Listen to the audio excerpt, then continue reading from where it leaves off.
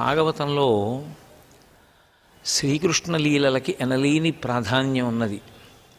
శ్రీకృష్ణ లీలలు అనేటటువంటి విషయాన్ని ప్రధానంగా రెండు కోణములలో పరిశీలించి దాని వలన స్ఫూర్తిని పొందవలసినటువంటి అవసరం ఉంటుంది. శ్రీకృష్ణ లీలలన్నీ కూడా బాల్య క్రీడలు. సాధారణంగా క్రీడ అనేటటువంటిది దేని కొరకు ఉంటుంది అంటే వినోదమును అనుభవించడం కోసం, మనస్సుకి ఒక ఆహ్లాదాన్ని పొందడం కోసమని మనం అనేకమైనటువంటి వినోద ప్రక్రియల యందు పాల్గొనడము జరుగుతూ ఉంటుంది. మనసుకి ఉల్లాసమును పొందాలి అన్న ఉద్దేశ్యంతో.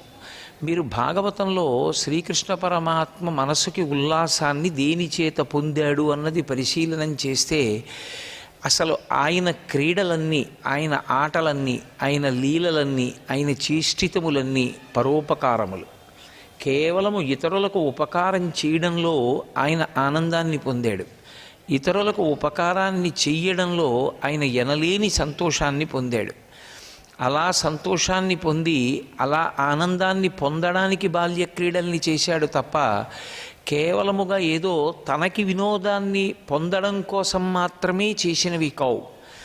దాన్ని మీరు గ్రహించినట్లయితే మనకు ఒక విషయం ద్యోతకం అవుతుంది. ఒక మనిషి ఉల్లాసాన్ని పొందడం, ఒక మనిషి సంతోషాన్ని పొందడం ఏ కారణం చేత జరగాలి అంటే ఇతరులకు తాను ఉపకారం చెయ్యగలిగాను అన్న భావన చేత. కృష్ణ భగవానుడి యొక్క లీలల్ని పరిశీలనం చేస్తే పరోపకారం చెయ్యడమే ఆయన యొక్క క్రీడ. రెండవది, వాటిని లీలలు అని పిలుస్తారు. లీల అన్న మాటకు అర్థం ఏమిటంటే గత జన్మలలో చేసుకున్నటువంటి కర్మ ఈ జన్మలో అనుభవానికి వచ్చి తత్కారణము చేత ఆయన చేసినటువంటి ఒక క్రియ కర్మ విశేషం అవుతుంది. కర్మఫలాన్ని అనుభవించడానికి మనం చేసినటువంటి కార్యం అవుతుంది తప్ప అది లీల కాదు. గత జన్మలలో చేసుకున్నటువంటి కర్మతో సంబంధం లేకుండా పైకి ఒక చేష్టితాన్ని చేస్తూ ఆంతరమనందు విశేషమైనటువంటి జ్ఞానాన్ని ప్రతిపాదన చేస్తే అప్పుడు దాన్ని లీల అని పిలుస్తారు. కృష్ణుడు ఒక పని చేస్తే అది కర్మానుభవం కాదు. ఆయనకి గత జన్మ కర్మలన్నవి ఆయనకేం ఉండవు. జన్మకర్మచమే దివ్యం అంటాడు ఆయన. నా జన్మ నా కర్మ దివ్యములు అంటాడు ఆయన.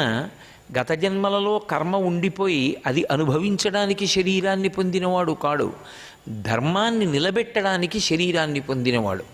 కృష్ణావతారం పరిపూర్ణావతారం.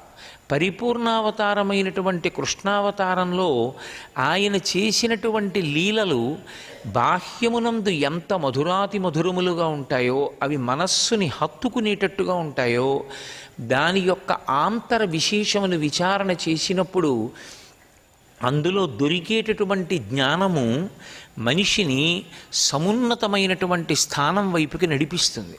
అందుకే భాగవతం ఉపనిషత్ సారాంశము అని పేరు. ఉపనిషత్తుల యొక్క సారాంశాన్ని గ్రహించడం ఎటువంటిదో భాగవతాన్ని చదువుకోవడం కూడా అటువంటిదే. భాగవత శ్రవణం కూడా అటువంటిదే. దీని యందు రెండు లక్షణములు ఉంటాయి. ఒకటి రసికత అని ఒక మాట. రసికత అన్న మాటకు అర్థం ఏమిటంటే విశ్వాసముతో, భక్తితో, ఇతిహాసము ఇది ఇలా జరిగిందన్న నమ్మకంతో దాన్ని వినడం. చూడండి, మన పసిప్రాయమునందు తాతగారు పక్కన పడుకోబెట్టుకొని ఒక కథ చెప్తాడు. చెప్పినప్పుడు ఆ కథ అలా జరుగుతుందా అని మనం అడగం. అందులో చెప్పబడినటువంటి సారాన్ని గ్రహిస్తాం. తాతగారు మనవణ్ణి పక్కన పడుకోబెట్టుకుని ఏదో వెనకటికి ఒక కాకి ఒక పండు తెచ్చింది, ఆ చెట్టు కొమ్మ మీద పెట్టుకుని తింటోంది. కింద నక్క వచ్చింది, అది జిత్తుల మారిది. కాకి నోటిలో ఉన్న పండు తాను తస్కరించాలని కాకిబావా కాకిబావా నువ్వు చాలా బాగా పాట పాడతావంది. నమ్మినటువంటి కాకి పాట పాడింది, నోటిలో ఉన్న పండు కింద పడింది, నక్కెత్తుకుపోయింది అని తాతగారు కథ చెప్తారు. మనవడు నవ్వుతాడు. నవ్వితే తాతగారు అంటారు, నాన్న ఇది ఎందుకు చెప్పానో తెలుసా? నిన్ను పొగిడే వాళ్ళందరూ నిజంగా నీ మీద ప్రీతితో పొగిడినటువంటి వాళ్ళు కారు. కాకి నోటిలో పండెత్తుకుపోవడానికి నక్క పొగిడింది. నీకు కూడా జీవితంలో ఎందరో తటస్థిస్తారు. నీ వలన ప్రయోజనాన్ని పొందడానికి, నీ దగ్గర ఉన్నటువంటి వాటిని తమవిగా చేసుకోవడానికి, నిన్ను అగాధంలో ముంచడానికి, మత్తెక్కించడానికి పొగిడేవాళ్ళు కనపడతారు. కాబట్టి పొగడ్తలన్నీ నిజములని నమ్మి మత్తులోకి దిగిపోకు. పొగడ్తని ఎంతవరకు స్వీకరించాలో అంతవరకే స్వీకరించడం నేర్చుకో. లేకపోతే కాకి పండు పోగొట్టుకున్నట్టు నువ్వు కూడా జీవితంలో విలువైన వాటిని పోగొట్టుకుంటావు. జాగ్రత్త సుమా అని చెప్తాడు. దాన్ని తర్కం చెయ్యడు మనవడు. తాతగారు వెళ్ళిపోతాడు కొంతకాలం అయ్యాక, శరీరం విడిచిపెట్టేస్తాడు. మనవడు పెద్ద అధికారి అవుతాడు. తన దగ్గరికి వచ్చి పొగిడేటటువంటి వాళ్ళందరినీ పరిశీలిస్తుంటాడు. ఎవరు ఎందుకు పొగుడుతున్నారో గ్రహించి, మా తాతగారు చిన్నతనంలో నన్ను తన మంచం మీద పడుకోబెట్టుకు చెప్పారు, నాకు తెలుసు ఎవరి విషయంలో ఎలా ఉండాలో అనుకుంటాడు. కేవలం బాహ్య కథని నమ్మాడు, సారాన్ని పట్టుకున్నాడు. భాగవతం విషయంలో కూడా అంతే. అందుకే సుఖముఖదామృత ద్రవ సంయుతం పిబత భాగవతం రసమాలయం ముహురహో రసికా భువి భావుకాహ అన్నారు. అది నిగమకల్పతరోర్గళితం ఫలం శుకముఖదామృత ద్రవ సంయుతం పిబత భాగవతం రసమాలయం ముహురహో రసికా భువి భావుకాహ. దాన్ని జుర్రేసుకో. అందులో కొంత మాత్రమే తినడం ఉండదు, జుర్రుకు తినవలసి ఉంటుంది. అంటే చప్పుడుచ్చేటట్టుగా జుర్రేసుకోవాలి. అందులో విడిచిపెట్టడానికి ఏముండదు. అంత మధురాతి మధురమైన కథ.